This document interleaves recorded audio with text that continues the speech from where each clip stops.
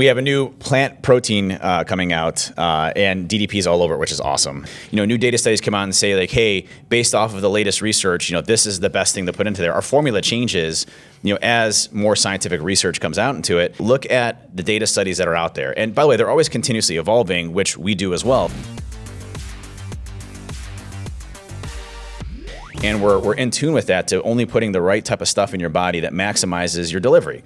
And whether it's building muscle, whether it's optimizing yourself in your workout or even your sleep, we've really created an amazingly strong brand around doing the right thing and putting the right things in your body to make yourself the best you possibly can be. And I think that's a cool part. How it came about was we just had a natural interest in something. So he's like, will we start a supplements company? Will we do it? And like going into it completely like naive to the whole process and then dealing with everything that came. But the products that we make are products that we want to use. And then I remember the first time that we had a call with you, you were going like, this is what I want. I was like, this guy is like us. Like he gets he wants the best stuff. It needs to be like this. It needs to mix like this. It needs to taste like this. And then that's how, how many different iterations did we go through? Quite a few. But worth it. Do you know what I mean? It's the same with the chocolate flavor. It's like anything. To me, it's like anything. It repetition. Mm-hmm.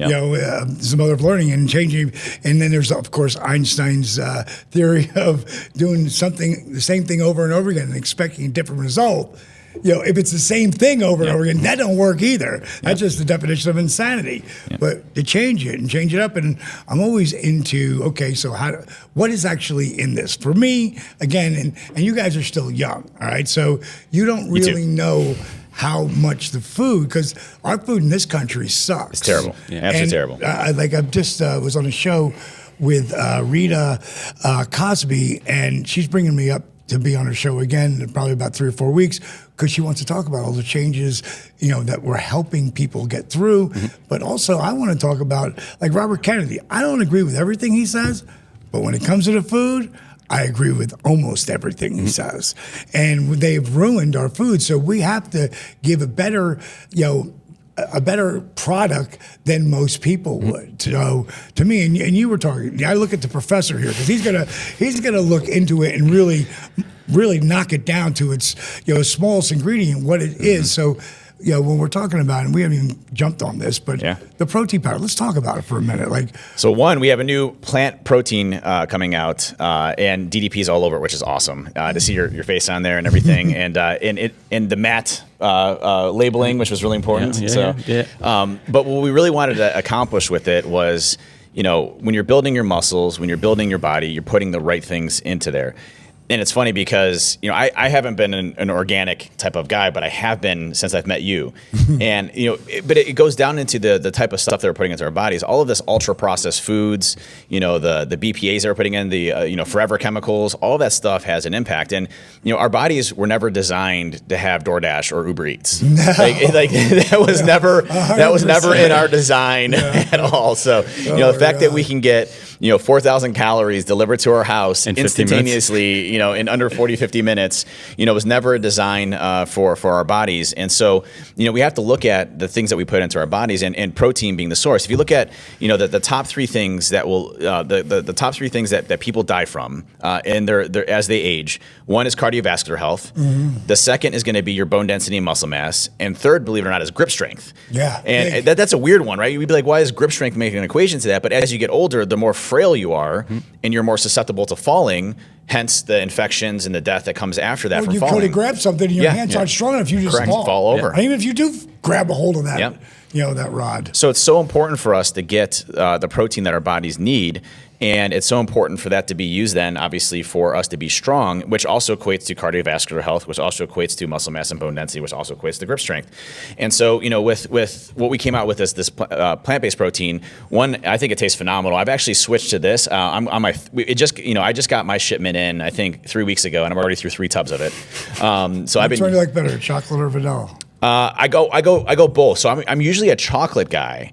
However, the vanilla has won me over, and I have been actually using more vanilla than I have been chocolate as of late. And are you mixing it with water, or are you mixing it with almond milk or something like that, or straight water? Almost all the time I'm using water. I will do smoothies, though, with it. So I'll throw some bananas, some strawberries, some blueberries. Blueberries are phenomenal from an antioxidant perspective. Sure. And you actually get something called the blueberry glow. Have you heard of this? Mm-hmm. Yes. I'm the blueberry guy. I know. So if you go under an MRI, and you have a glow in your stomach. It's actually from the nutrients from the blueberries, and they call it the Really? blueberry glow. That's funny. And they can tell if you eat a lot of blueberries or not based off of that. But it's a very powerful fruit.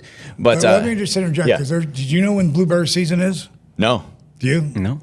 In this country, it's July and into August, and then they taste different after that. Yeah. You can still get blueberries. They're small, It's not though. the same. If you catch them right in the beginning, they're huge. No, I'm saying the ones that are like off season are like super tiny and small. Yeah, they're small too. Yeah. And they just don't have the same taste. No. So I literally had my brother buy like 20 tubs, and we just throw them in there and freezing them. Yeah. Because They're it's amazing. great. Yeah. I think there's some scientific thing I've seen recently about eating frozen blueberries were actually had like a notch up on the regular. I don't know if that was true or not, but I'd seen that or heard that somewhere. But for me personally, I love blueberries. I can remember going through the woods when I was a kid and picking them and stuff. Phenomenal. Yeah. Yeah. So they ain't gonna find that anywhere anymore. But I found it back then.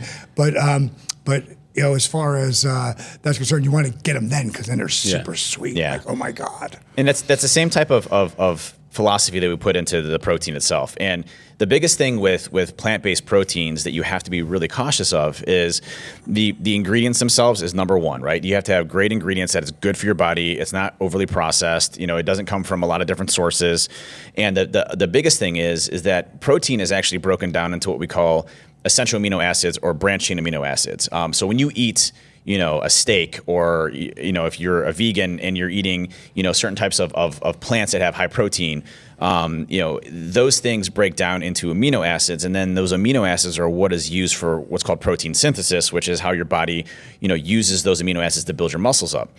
And so not all proteins are equal into that. And so if you start to break down the content of that protein, you can get volumes of what's called essential amino acids, which your body uses for a whole wide array of things in your bloodstream, for your liver, your kidneys, you name it. Essential amino acids are kind of the amino acids that we need for our bodies to work. But most specifically, branched chain amino acids are the main amino acids that are used for muscle growth and protein synthesis. And so when we started building what this was going to be, we wanted a heavy essential amino acid and branching amino acid compounds into this so that you're getting the right nutrients for your body. And so we sourced multiple different types of organic ingredients from this, hemp protein, rice proteins. I always get the word wrong, acai. I can never pronounce it correctly. So whenever I go to get a bowl, my daughter always makes fun of me. Dad, it's this. I'm like, okay. So, but a number of different ones. Wheatgrass protein that really gave an amazing, not only just a flavor profile, but also the right ingredients for your body to build protein. So if you look at a lot of the plant-based proteins that are out there today, and what's uniquely different about ours is that amount of volume that you're getting for your body to be able to use it for direct nutrients that your body can use to produce muscle, as well as other things across your body. So, it's 100% USDA certified organic. It's got 23 grams of protein per serving. The vanilla protein is at 136 calories. The chocolate protein's at 170 calories. Very low sugar content. We're less than 1 gram of total sugar in the whole thing. And it tastes good. It feels good. And here's the thing why I actually really love this is that when I take it, I don't get any of the GI issues or the stomach bloat issues or things like that I traditionally would. It's clean. I feel great. And one other thing I've noticed too is if you're getting into a lot of the heavily overly sweetened ones, a lot of those ones will be you're eating a chocolate sundae or I would feel super tired and sluggish afterwards. I don't get that with this. I get energy after this. I get full raw energy after this, and I feel alert and ready to go as I'm going to do it. And we've sent this out to a number of folks to taste test it and to also see how they feel on it, and been getting nothing but great results with it. So really excited about the protein. But I know for me, when we were building this, it had to meet your standards of what you wanted it to be. Or it had to be the right. Above. Yeah, we tried. We definitely tried. And the biggest thing that I love about it, period, is that normally I don't care what protein it is. I need to have coconut milk in there. Mm-hmm. Not with this. Yeah. I like it better with the water. And like you said, throwing a banana in there or some blueberries, a couple pieces of ice, zip, and right away. This baby right here, this is 69 grams of protein. If I put in 6 scoops of these with water, blender, And I started low because I don't want it to go, make all Wait, the 69 bubbles, grams of protein. I thought our body could only absorb 23 DDP. We talked about this earlier. That's what I'm saying. which is a whole different thing. A lot of people do say that they don't think you can absorb more than 30 grams of protein. But I've got bodybuilder friends of mine who, they're pretty jacked up too. But the bottom line is, they've grown muscle mass. I have friends of mine that are taking 450 to 500 grams of protein a day that are bodybuilders that have become massive, like put on more muscle than anything. So I look at what you're doing, and then I'm watching for results. Mm-hmm. Yep. I'm not looking.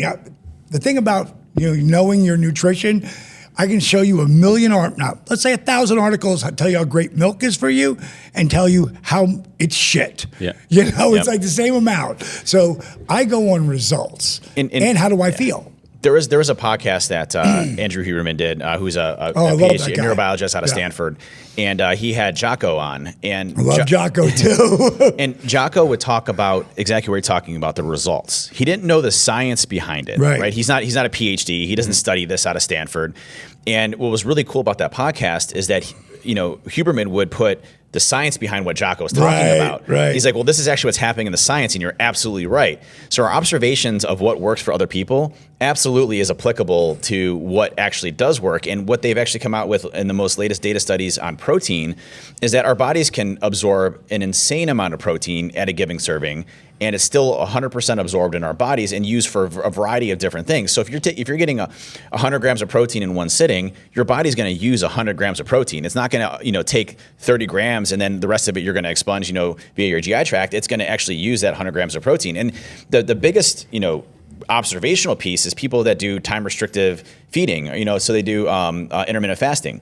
And a lot of those folks that do intermittent fasting are jacked as heck, but they only eat for 4 or 5 hours a day. Right. And they have to get 200, 300, 400 grams of protein in that 4-hour window. Well, if our bodies would only absorb 30 grams of protein in one sitting, there's no way that they'd be able to build the physiques that they're able to accomplish during those periods of time. So they actually proved it out and showed through the data studies, through randomized control studies, that they were able, the body does absorb much more than 30 grams of protein, and they don't really know what that upper threshold is. I mean, they gave people 100 grams of protein and it was still used by their body. So, it's best to space your meals out, and to eat good amounts of food, but also protein supplementation, especially if you're trying to get 100 grams of protein, 150 grams of protein, 200 grams, 300 grams of protein, supplementation of protein, especially things like organic protein, plant-based proteins, whey isolate hydrolyzed proteins. Those types of things make a big difference in how we can actually get the adequate protein that we need to, and it tastes delicious. Yeah, but I think that, to your point, it's that not all protein sources are created equal. So your body will process them and digest them at a different rate. So you may consume 2 different types of protein right now. It'll deal with one in one way and it'll deal with one in another way. And it's the continued evolution of people and the continued experiment. Do you know what I mean? They've tried it. It's maybe old bro science, but it's 25 grams of protein at a time and you need to eat every 2 hours or your arms are going to fall off or whatever it is. And it's like it continues to evolve, and it's like we also remember what type of proteins they were drinking back then too. It's that straight chalk whey protein that I'm sure you're very good.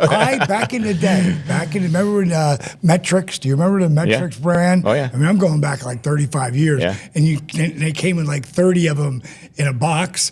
I would bring the blender because you couldn't shake that shit. No, it was clumped everything. But I'd go and get strawberries, blueberries, bananas, and blend that whole up. An industrial grade blender, that can handle it. Dude, but you would do whatever it takes to get the protein, and you were still doing it because you knew the benefit of it. You may not have enjoyed it, but you got it done. No, it was force feeding. When I was wrestling, I am a natural 220, 225. That's me naturally. For me to get up to 250, 255, 260, it was force feeding. And man, I hate it. As soon as I was done off TV and everything, I couldn't wait to drop the weight just because I knew I would naturally go down. And I held 240 for a long time.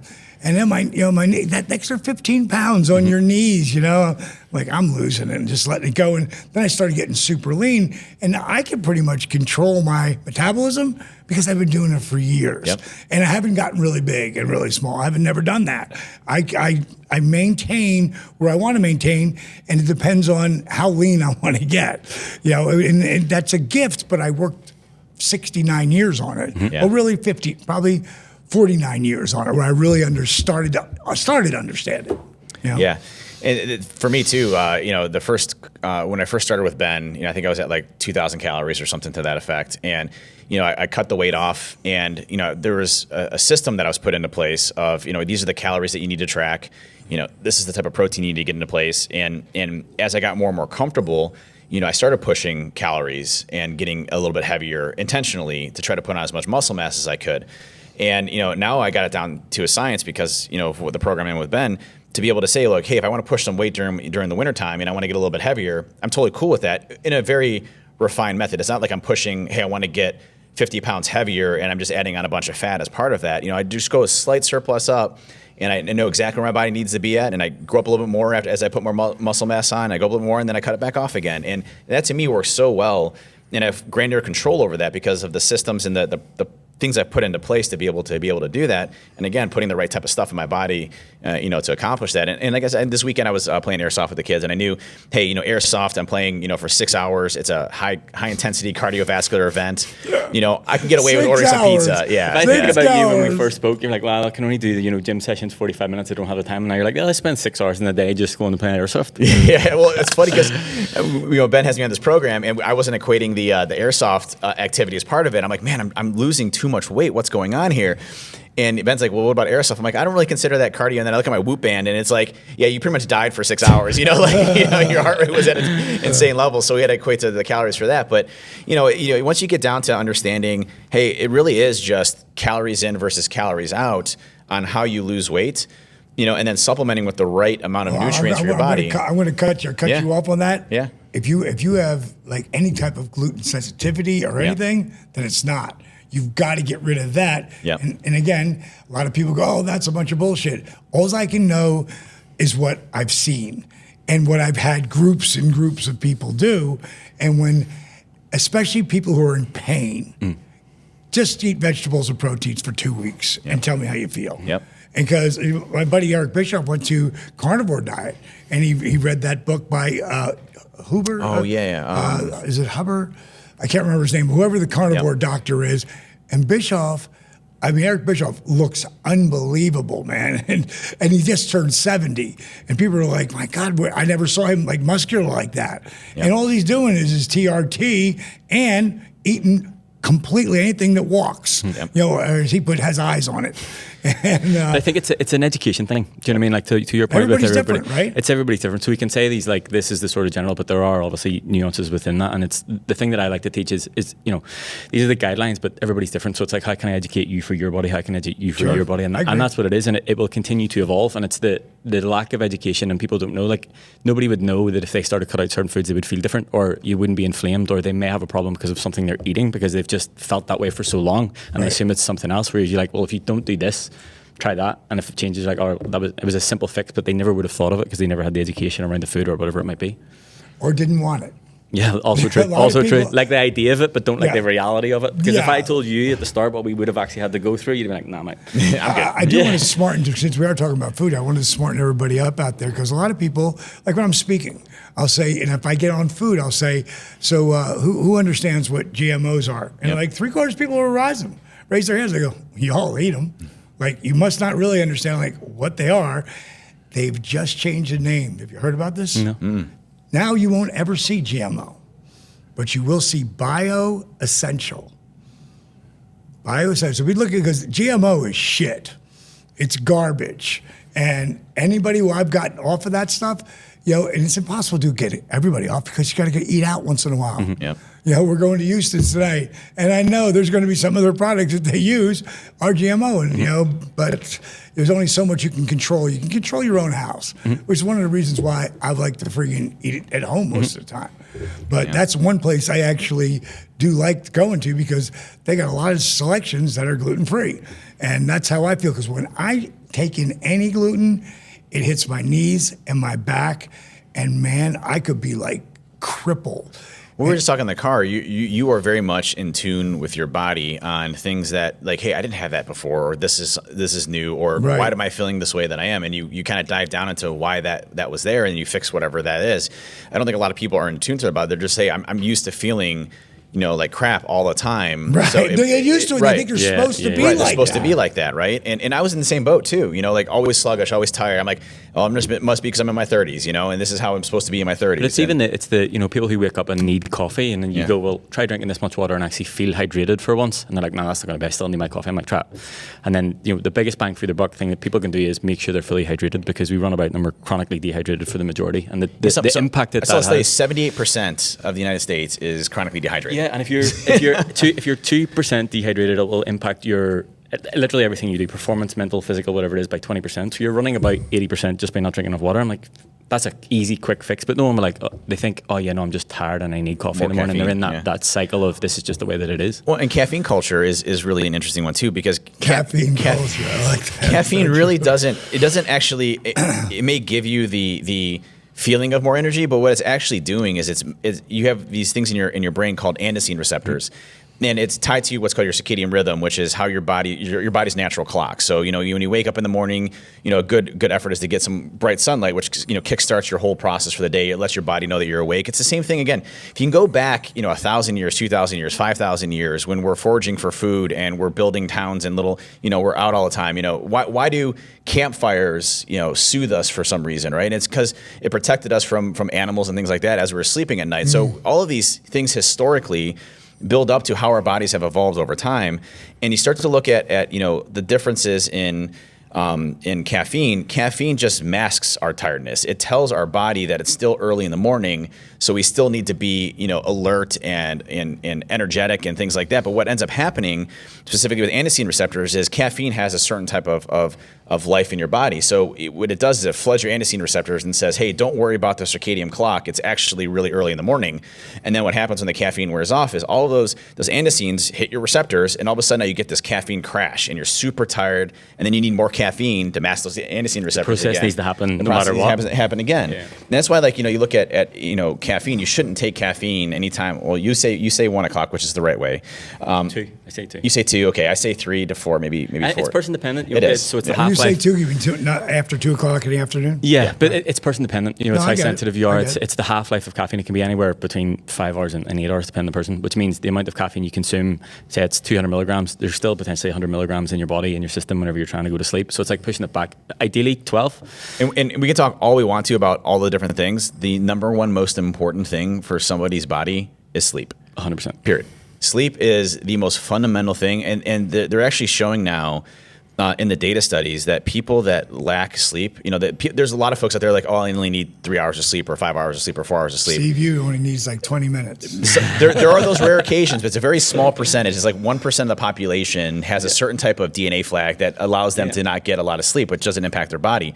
Which has to be The Rock. It's Up at 4 o'clock every day, and I know he likes his cocktail, so I don't know how that freak does it, but go ahead. You always have that one guy that would be out, till 3 o'clock in the morning, and he's fresh and crisp, and then the next day at 6 o'clock in the morning getting his workout, and I'm like, I don't know how you do it, but I mean, people that have lack of sleep, predominantly throughout their entire life, are substantially more increased for things like neurodegenerative disorders like Alzheimer's and things like that.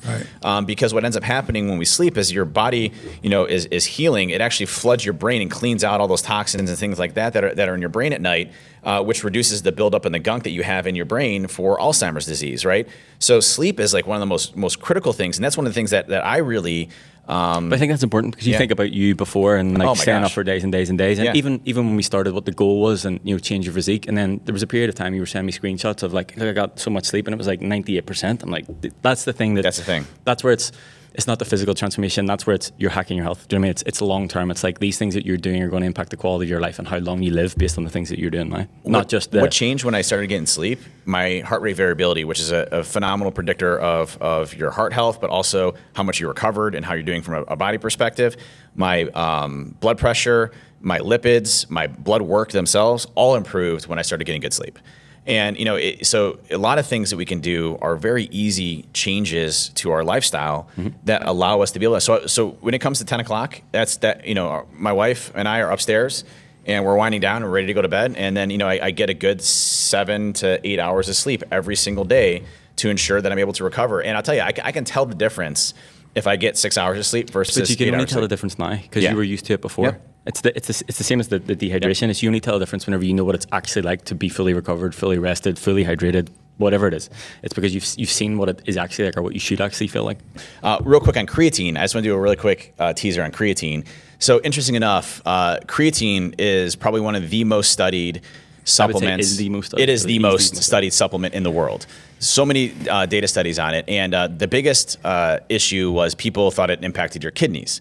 And that was the biggest controversy from it, because what it would do is increase what's called your Bunn ratio, which is an indication of how well your kidneys are filtering.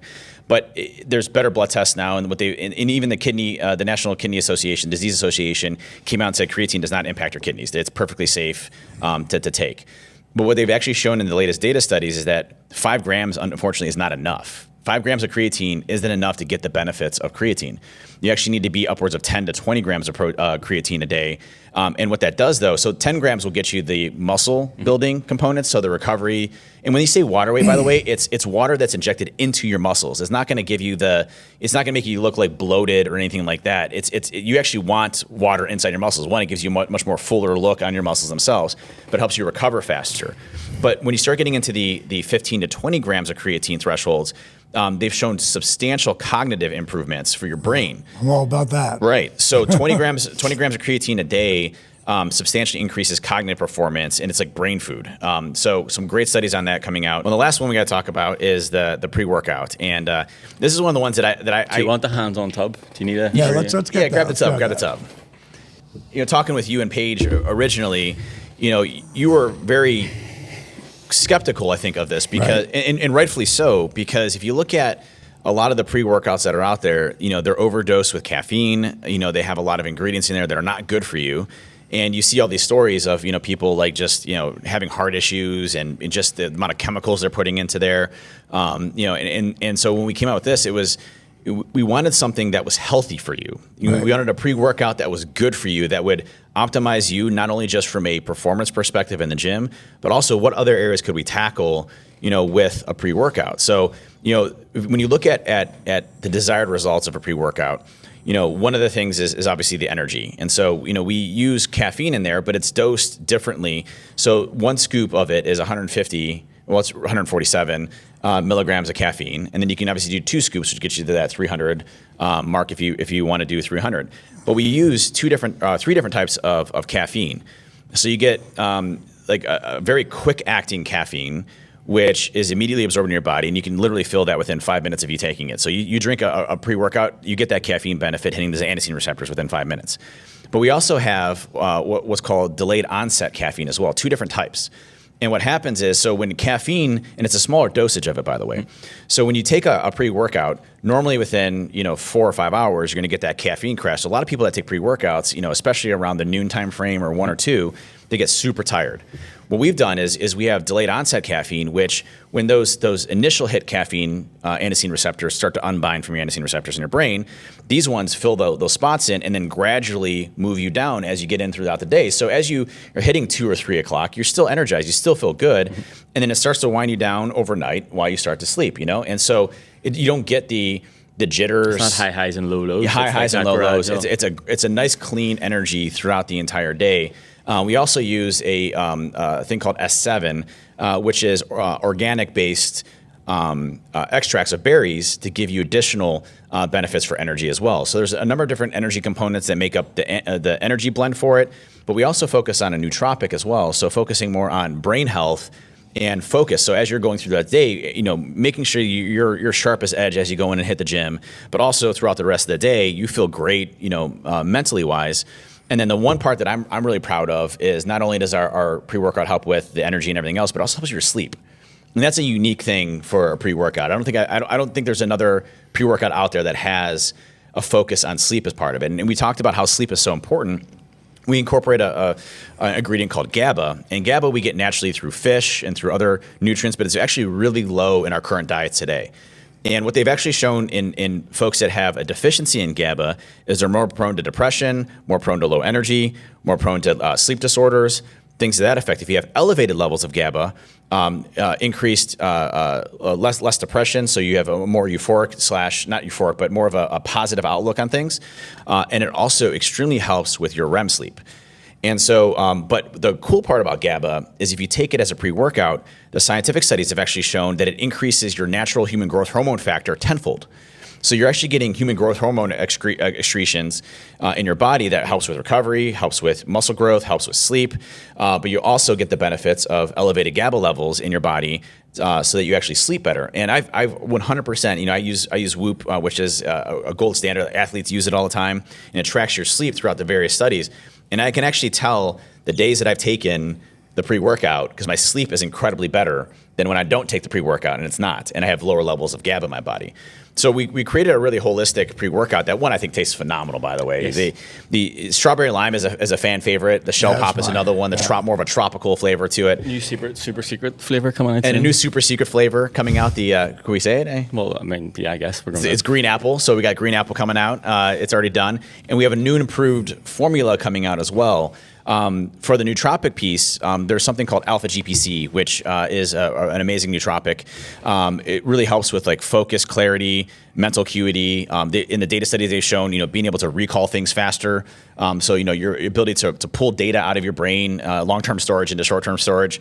And so we're increasing the dosages of alpha GPC and improving the formula in our new version 2 formula.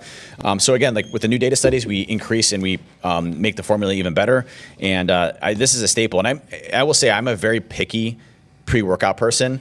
Like I'm like when I get a pre-workout that I like, I don't move off of it. And I'm not saying this because what'll happen is you'll get it and then you'll try infinite other ones, yes. But then you'll always come back to. I have like 700 tubs of pre-workout that have like 1 or 2 scoops off of it, and I've tried all of them. And I used to stick that to Alpha Line was one of my favorites. That was one of my favorite ones out there.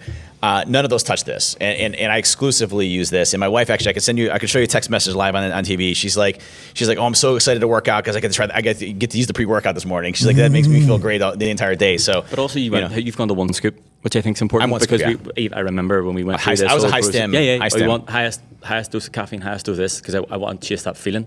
And now being at 1 scoop and getting everything that you need from it, like it's absolutely. And I think what you said about full transparency and everything's on the label. One thing that I'll give you the full credit for this on the site. If you go onto the website, it will give you every ingredient, why it's in there, why it's dosed the way it is. There's a slider, so there's basically a visual version of this on the website. You can slide across how much do I get half a serving, how much do I get 1 serving, 1.5, and then all of the data studies of every bit of ingredient. Every single ingredient has a data study associated to it and why we picked it for that specific thing. So not just we're just putting it in for because it's the in thing or the wow. Well, that's wow your factor. attention to detail. Yep. Yeah, that goes right on down to your DeLorean, which we're going to be playing around with tonight.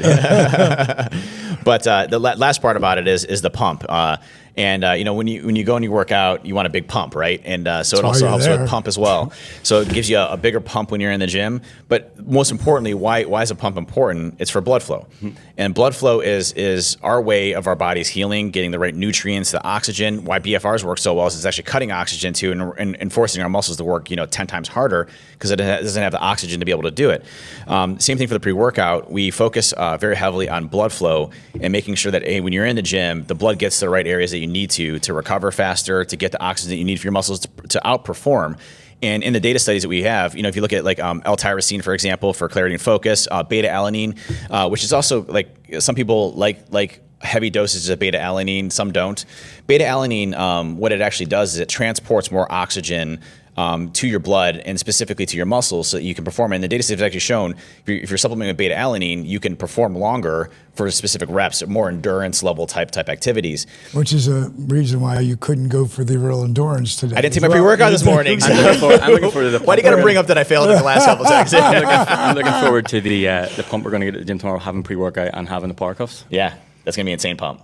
So yeah, but also I wanted to ask you, from the analytical side of all this. So how long before you work out should you take this? Yeah, typically I recommend anywhere between 15 minutes to 30 minutes before you work out. But what if it's an hour and you couldn't get there? You're still going to get. You're still going to get the benefit. Not as strong though, right? 15 to 30 minutes is like the threshold for it to really kick in. Right. And it's going to last several hours after that. So I mean, if you get it an hour before, you're going to feel great for an hour, and you're going to go work out and feel great. The same greatness as you did for 15 to 30 minutes. And that's what I really wanted to point out there. Yeah. Because for someone like me, okay, I know I'm getting ready. I'm freaking boom, do this. Oh, oh, I got to take that call right now. Before Yeah. I know it's an All hour and jacked 20 up on minutes. pre-workout on the call. Yeah, no, it's not an immediate thing where you need to get like 15, 30 minutes in and you got to go work out right then, right? We created this to give you the optimal performance throughout the entire day, and that's the big thing. You take this pre-workout in the morning, and you're going to be feeling great the rest of the day as you go through, and your sleep's going to be better the rest of the day. Your recovery is better the rest of the day because of the elevated sleep and GABA that we put in there. Even, like if you look at some of the ingredients around like yohimbe bark extract, GABA being the big one there, L-tyrosine, we hit taurine being another big player in protein synthesis. They're all designed to give you everything that your body needs to be at optimum performance. Right. And it's the things that we're not getting very well in our diets today. You go back, again, 5,000, 6,000 years to the food foragers. They're planting, things in the ground. They're not using all these chemicals and everything. Sure. They're going on, they're hunting animals, and they're getting it fresh from the meat right there. We're not getting the same level of quality of ingredients that we did when we were, a few thousand years ago. And so this is really trying to supplement with the things that naturally made us strong. You go back, I actually just saw a video, and it was a video that they used AI to add stability, color, and high resolution to. And it was a video of folks in downtown Central Square in New York in like 1930s. And you look down at there and everybody is fit. Yeah. Every single person is fit. Male, woman, male, female, it doesn't matter. Every single person is lean. They have muscle mass. They look great. What changed between those periods of time? Let me interject here because you could say the same thing about a Leonard Skinner show in 1978 and today. There's no one overweight. No one. And it's not just kids who are there. It's all ages. Yep. And over here, just about everybody's overweight. Yep. And it's what they did to our food. And it's so important It is. that you understand. And we're only making the best products. And that to me, something I can put my name on. Because let's put it like this. Coca-Cola or Dr. Pepper or any one of them couldn't offer me $10 million to do a deal with them because I don't believe in it. Yep. I believe it's garbage. I want to be behind and put my name on something that I do myself. And at least I know if it works for me, maybe it'll work for you. That's how I look at it. Absolutely. And same for us. And not only is it, we're big advocates because we try it, we use it, and we have a lot of other folks. What we wanted it to be. We built it for what we would use in our bodies to do it every day, but we backed it with the medical studies that actually show the benefits for it and the things that aren't going to hurt your body. And there's not a thing in here that's going to hurt your body. Obviously everything's in moderation. If you take 2,000 milligrams of caffeine, it's probably not the best, situation for you. But at the end of the day, the dosages that are in here using your body, I recommend just starting off with 1 scoop. That's plenty, or even a half a scoop. The test kind of your tolerance to caffeine and beta alanine. Beta alanine for high dosages of beta alanine will give you like that itchy feel. Where you get it's called the beta alanine itch. We don't dose it that high to get a really bad itch there, but if you do notice a little bit of tingling, that is actually the oxygen being shot into your muscles to help you outperform when you're actually going and doing it. Which is awesome. Which is great, right? But if you get that, there was one, when I first took, I think my first pre-workout was like Alphaline. They dosed it, I think, at like 5,000 milligrams of beta alanine, which is an insane amount. And I thought I was dying. I was itching all over. I'm like, Ben, am I dying? What's this? He's like, no, it's normal. It's normal. I'm like, okay. It's beta alanine. That's the reason I didn't take pre-workout for so long, because I didn't like that feeling. And then whenever we got to this, like, you don't, maybe a slight, but not to the state of like, you're like, I can't train because I'm like trying to itch my eyebrows off at the end of the workout. It's kind of like niacin, how niacin will come over you. Yes. Oh, yeah. Niacin will run through you. That'll be quick. Yeah. So, I think that was the main topics we had, right?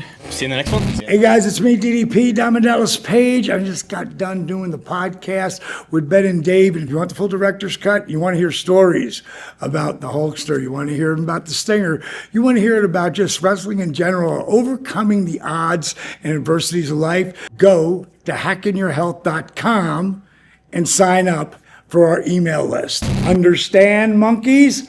Bang!